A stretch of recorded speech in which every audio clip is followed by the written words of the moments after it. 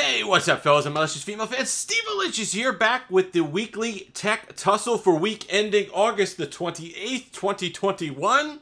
The weekly tech tussle, of course, being stories that don't necessarily warrant complete videos of their own, but still brief things that I wanted to go over. So let's start this week. Number one, Pokemon Go reversing a decision to go back to their pre-pandemic distances for things, gift frequency, all the rest of it. They were changing back to the way the rules were before the pandemic, which were changed to aid people not necessarily going out as much, to protect people from getting too close together in groups.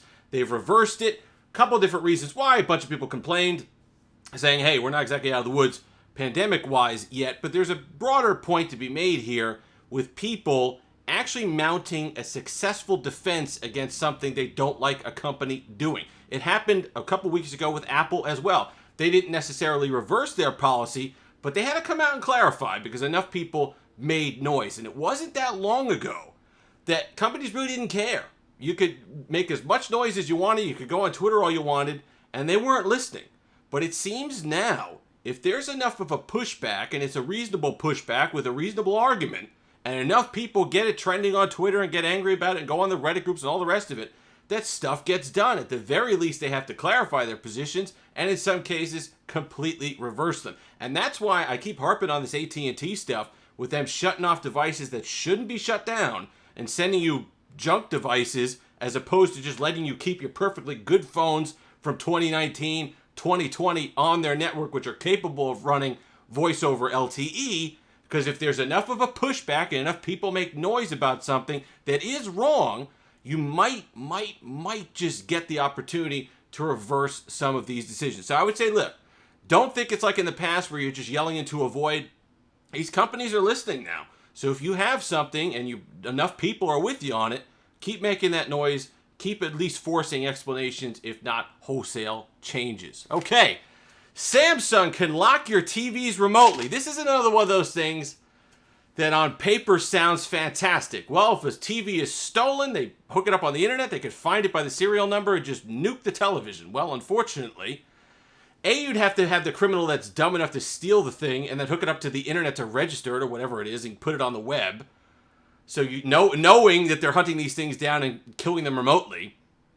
And second, you're opening up a loophole that could be exploited in any number of ways now for people who are just normal. They bought their television. So think about how many people you are actually going to catch. And let's say you go ahead, you nuke the television, right? You don't get the TV back. Sure, they don't get to enjoy it, so crime doesn't pay. But are you going to show up at their doorstep and ask for it back? What are you actually getting from that? Other than it sounds good and it sounds like you're cracking down on people stealing the devices, and hopefully it's a deterrent for people stealing it. It's a deterrent for the stupid criminals, maybe. But then you're going to open up these hacks or these exploits that a bunch of people are going to try to get to where they can deactivate these TVs remotely.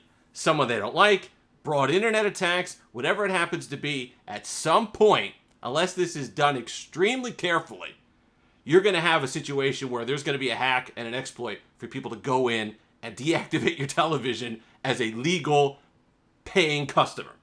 Just wait for it. It happens with everything else. It happens with the cars, happens with televisions, happens with phones. There's going to be a way for them to go in and figure out a way to trigger this system to deactivate televisions in some way. Okay, last but not least, xCloud Gaming is going to be coming to the Xbox Series X and S coming in the holiday season.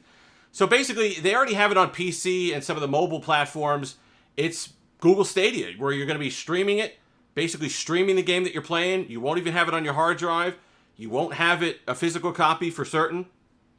Is that something that's going to appeal to enough people? Is that the way we're going?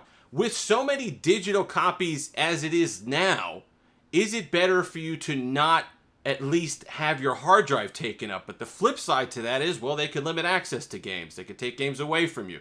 They can make, if your internet connection's poor, if you have lag or something like that, you're getting to a situation where the game might not be as enjoyable as we push towards this technology. Is that something that you're willing to sign up for? Me personally, I want physical games until the end of time.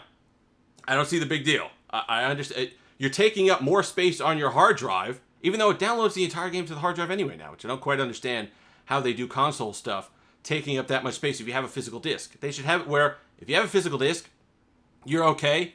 Rely on your read and write times, maybe a little bit more loading. But other than that, you have a physical copy of the game. You can save space on your hard drive.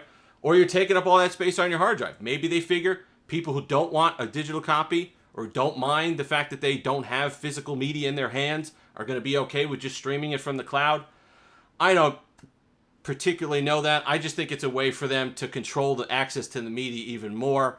You're going to have to pay your monthly subscription fee. You're never really going to own anything. You're basically just getting into a situation where everything in your tech life is leased, from your phone to your content to your media consumption and now your games. Let me know what you think in the comment section below. If you've made it this far, like, comment, subscribe, all that fun stuff.